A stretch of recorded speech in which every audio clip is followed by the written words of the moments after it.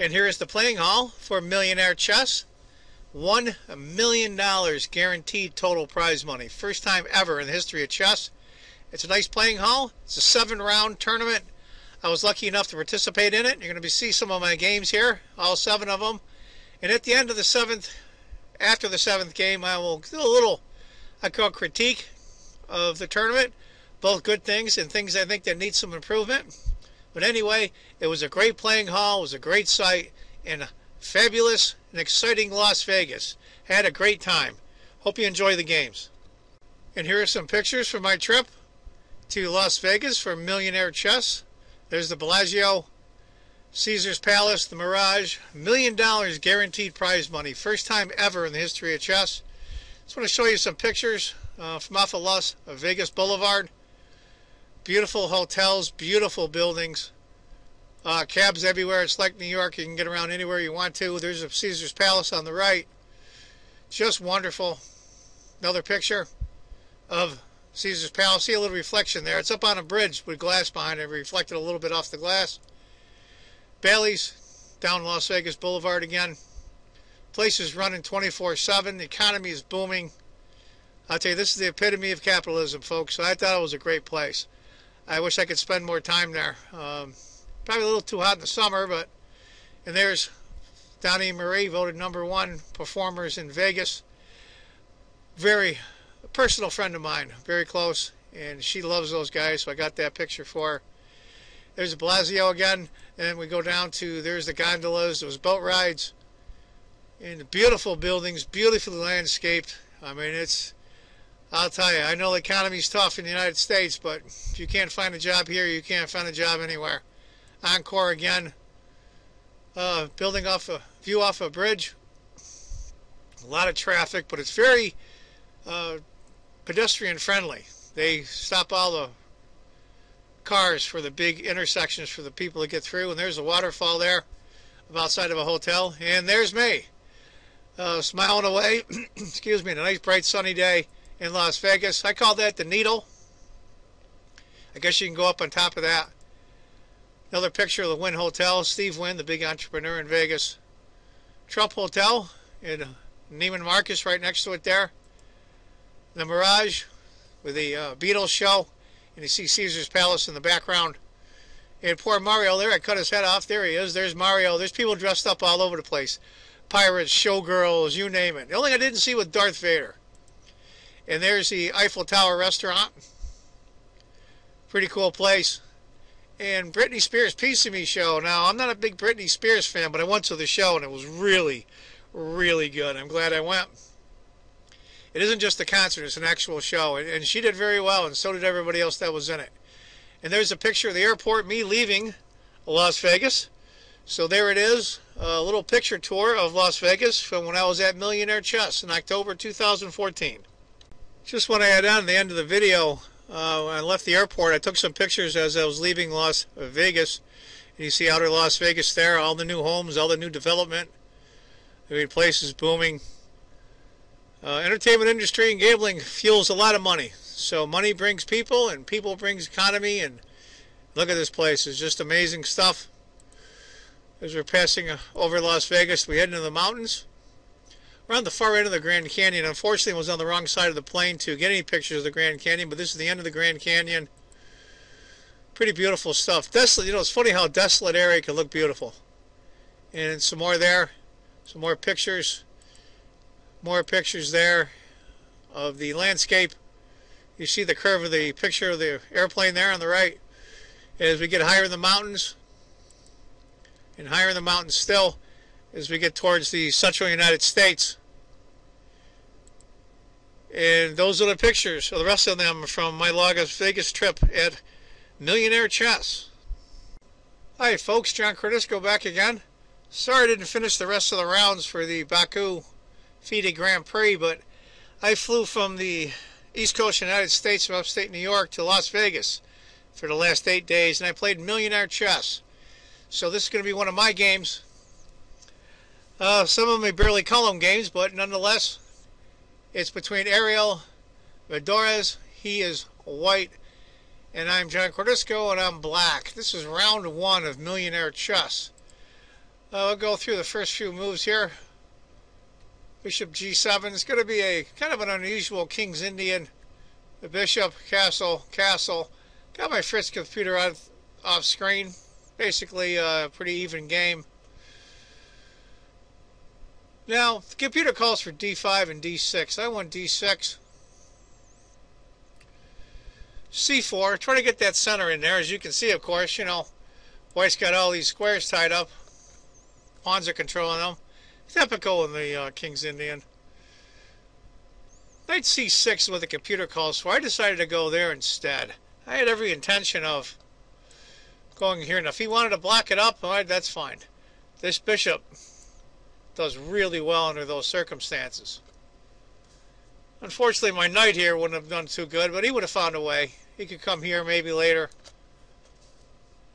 B3. And he decides to go C5, or I did, I should say. Now, if I plan, like I put the knight on D7, he doesn't take it, of course. I think this is that bad of a move. The computer calls for a C takes D4 or queen to A5. I went queen C7. I mean, he didn't hate the move, but didn't really care for it that much. And he went knight to D2. That's still an even game. Computer in that case wanted knight C3. And after C takes, queen takes, putting yourself in the pin. Knight C5 was the computer suggestions. Because honestly, to be honest with you, this knight with a discovered attack, there's really no great places for that knight to go that's really worth anything. After knight to B2, I'm looking at some scenarios where this bishop ends up on this diagonal, and I want the queen to tie down the queen to be tied down by the pawn. Wasn't the greatest move in the world, but it is the third choice in the computer, and they're all close, and that's rook to B8. Okay. We're in the opening here. I'm black, so I'm pretty much at the mercy of what White wants to play in a certain way. I think I'm okay. Tiny advantage for White here in the computer.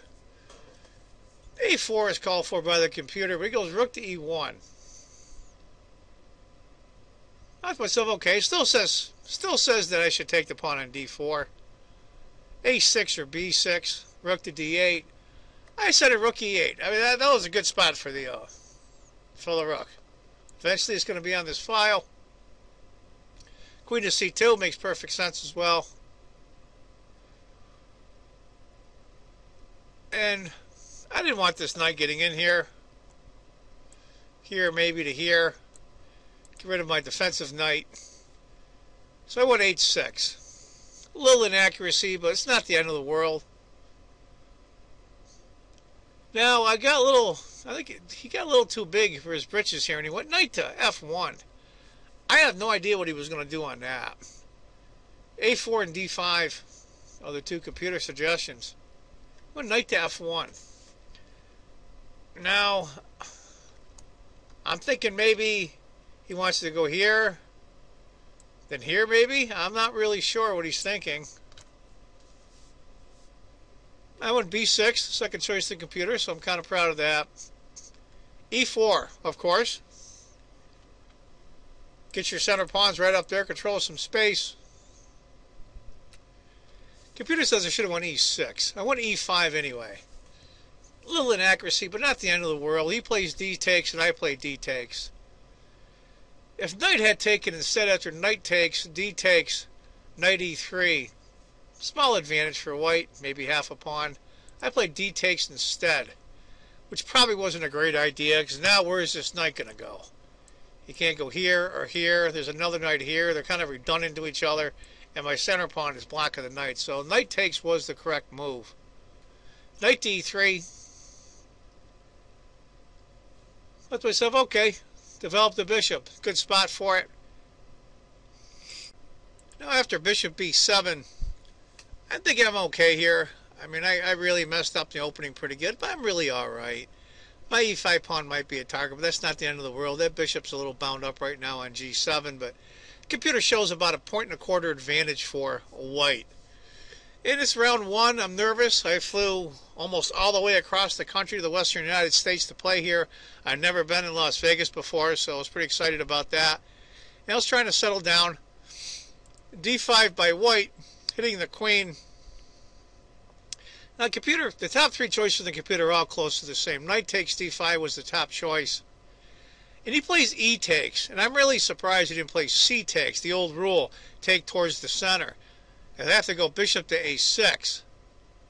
But he took with the E pawn instead. Queen to D6, that was the computer move, so I was kind of proud of that. H4. Bishop C8. Now, computer like D4. And after rook takes, bishop takes, rook takes, pawn takes. That was the scenario that it gave. And, of course, the next move, of course, is king takes, G7. And it's about a half-point advantage for white. And that's an interesting scenario. That I did not see. That little part there. Bishop H3. Computer thought rook to E3 was worth looking at. After bishop H3, I decided to go E4, and that was the computer move. Bishop takes, king takes, bishop takes. Those of you that are wondering about rook takes instead, after rook takes, queen takes, knight F6, and white's doomed. Absolutely doomed. He's going to lose a piece. As you can see, the knight's in pre, and when he moves the queen, bishop takes and he loses a piece. So after bishop takes D7, bishop takes, knight to D2, go right after it. Rook takes again doesn't really solve anything, because after queen to F6, hitting the rook, rook's over, and queen takes, of course, he loses a piece. So knight to D2. This is a move, it gave me a question mark on the computer. I thought it was an okay move.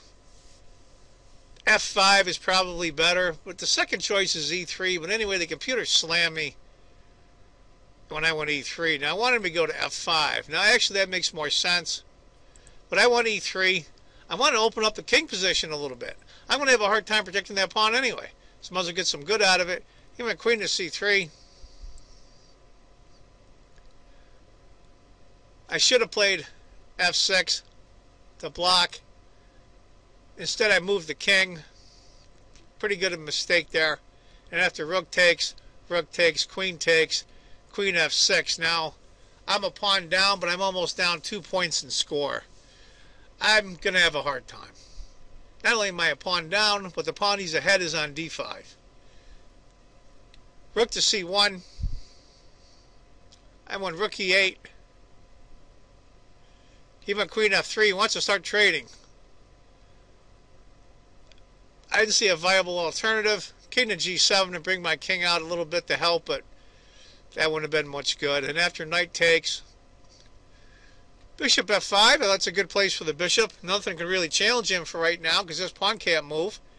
He controls some key squares there. Rook to E1. He wants to trade. I pretty much have to. Knight takes. Now right now I'm a pawn down. About a pawn and a half advantage for white. I'm thinking to myself, I'm okay. I've got a bishop against the knight. All of his pawns on the queen side are all on light squares. Yeehaw, let's go. I get my king to start to come over. King F1. Bishop. Knight F3. Now, if I take here, he goes knight here, and my bishop is trapped. I can't take that pawn. Now it does freeze the knight, so his knight is frozen too, but all he has to do is start bringing the king over, and I lose that bishop. So king F6, bringing the king in, king E2. This is where I start getting a little intimidated. I'm a pawn down. It's the first round. I had black. And from his accent, it sounded like he was from Eastern Europe. I'm thinking to myself, oh, great, you know, Russian, Eastern European. You know, these guys all play since they were 2 years old. So I want bishop f5, knight to d2, and this is where all starts going bad. King to e7. Now I should have brought the king over, I think, into this area, or try to get the king. I can start pushing these pawns, opening up a little bit, my bishop will be more good. Instead I went on the wrong side of the board. H takes, f3. Now that's almost a 2-point advantage for white at this point. King to e7. It's okay, here we go. Now computer like g4. And after pawn takes, bishop takes, king e3. That might have been a better scenario, but all the scenarios weren't that great. After king to e7, e3, bishop, knight, I went f6, figuring, okay, that knight's getting all kinds of play, and there's no way that knight could be better than that bishop. But I can't trade a bishop for the knight, I'm down a pawn, and it's passed already. So I have to keep him on the board no matter what. King d2, a5, king c3, I'm slowly getting ground here. I go after the knight, of course he doesn't take. Bishop d7, what else? a3. And this is where I kind of miscalculate a little bit. I give up a pawn and get his knight off of that side of the board, and it was a huge error. Huge error. On f5, bishop e8 was the only way to really save it. After f5, g takes, bishop takes, knight takes, king to d6. It's bad. b4, bishop takes, king takes. Now the computer says instead of king takes, b takes, and I still have a small chance after check, king e5. But it's a 6-7 point advantage right now. The game's over. And after king takes, of course, I resigned on the spot, because we all see that knight d4 is mate.